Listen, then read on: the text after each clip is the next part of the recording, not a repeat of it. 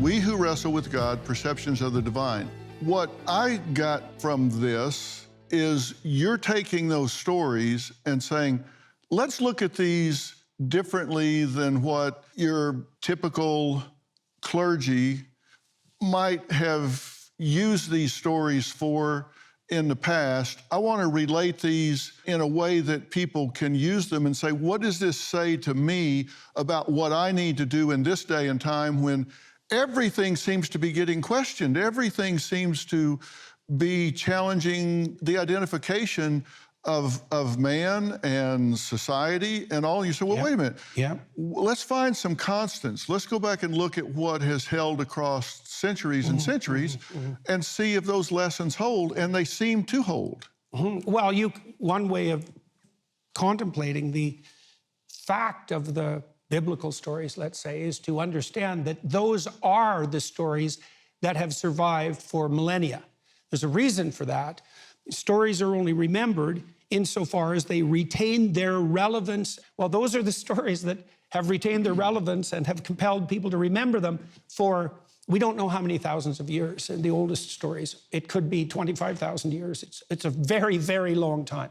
And so what that indicates is that those are the stories that people have been able to return to in times of trouble to stabilize them when everything's up in the air. And that worked successfully, because otherwise the tradition would have been broken, and it hasn't been broken. Now, we live in a time where one of the hallmarks of virtue is the celebration of diversity. Now, the problem with diversity as such is that diversity can mean plenty and it can mean opportunity, but it can also mean confusion and chaos. And so an accidental and careless diversity means the disintegration of everything, including your own psyche, into warring elements. You need a unity, because a unity unites, right? And if you're not united within yourself, then you're a house divided against itself, and a house divided against itself necessarily falls. That's true individually and it's true socially. So in the opening sequence of Genesis, which describes the origin of being, right? The beginning of the world. It describes more than that. It describes how the world was created, is created, and forever will be created. It spans time. And there's an insistence in that text that the word, so the words you use, the word itself, if it is properly spoken, which means to be spoken in alliance with the truth and motivated by what's highest, if you speak in that manner, if you use your words in that manner, then you're part of the process that makes possibility into the order that's good.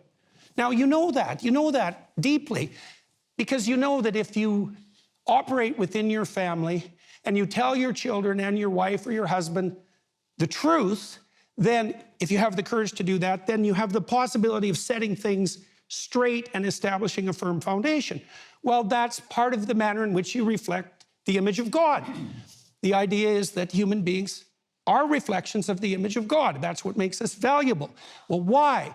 Because we partake in the process of ongoing creation by utilizing our language, for example, in the service of what's good and what's true. And that's right. It's exactly 100% right. Now, part of the reason that you have rights in the United States and Western cultures in general is because we're part of the tradition that insists that every person has that quality. Everyone has something vital to bring into the world that's unique, that the world is less without that contribution. And you make that contribution with your allegiance to the truth. You need to understand that. You can see how that's practically relevant. It's like, well, why tell the truth? Because the world degenerates into chaotic hell if you don't. And that's exactly right. We know, for example, in totalitarian states, which you could think of as the opposite of free and well-constituted Western societies, let's say, in a totalitarian state, everyone lies about everything to themselves and everyone else 100% of the time. And that's why those societies degenerate into hell. And it really is hell. For all intents and purposes, it's hell. And you might think, well, is hell eternal? It's like, if you're in hell, you're going to think it's eternal, at least. I mean, you've been in situations where you've suffered stupidly and pointlessly, and maybe in the consequence of your own foolishness. That's a good definition of hell. Yeah. By the way, this is what it's like going to dinner with Jordan. That's why he's slim and I'm not. Because while we're at dinner, I'm eating and he's preaching and going on. I don't even remember what I asked him. You asked me about the relevance of the story, why they're still relevant. There was something in there. One of the things that people will get out of this book, which is amazing, by the way, the book is great, and you can put it down for a second and walk away, which you'll need to do because it's very thought-provoking, and it will cause you to really write things down and think about them. But if we think back through our lives, and maybe I'm just boring, but I bet for most people, a lot of our lives are wallpaper. And then there are a number of days that pop out and stand out against the wallpaper. And those are the stories that we remember.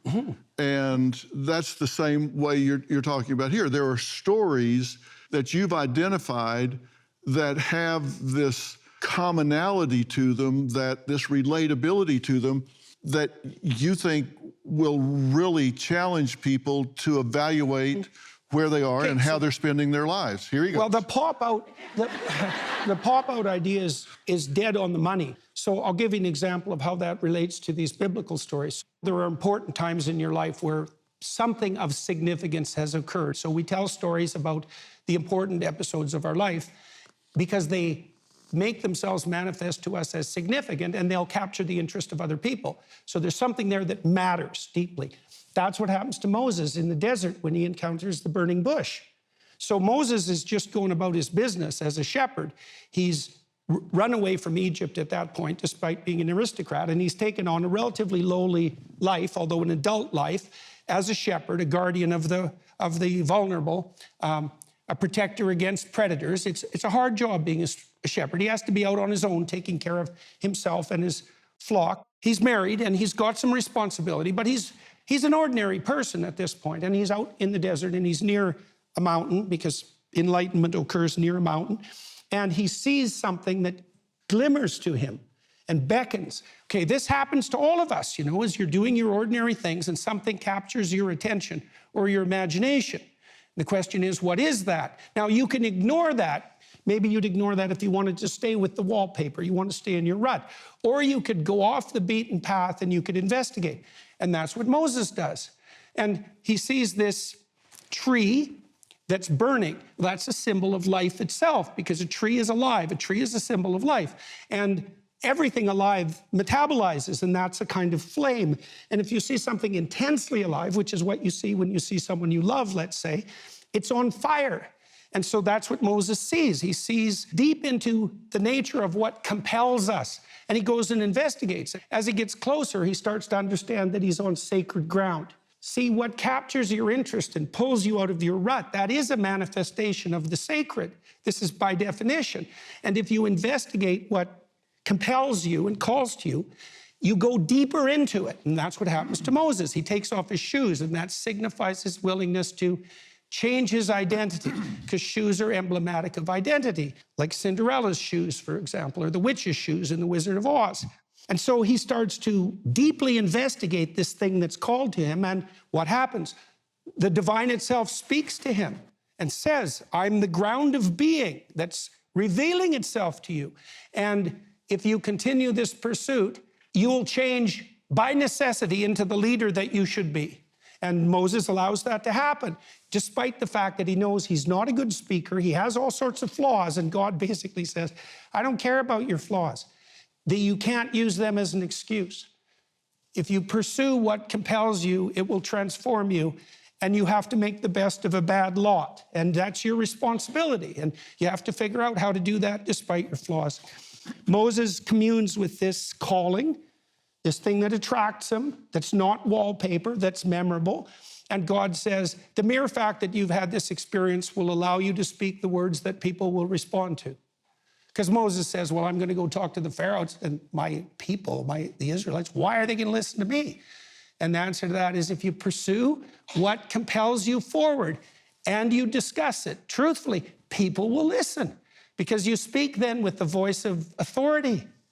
And that's the nature of charisma. when it's genuine, when it's not narcissistic and false.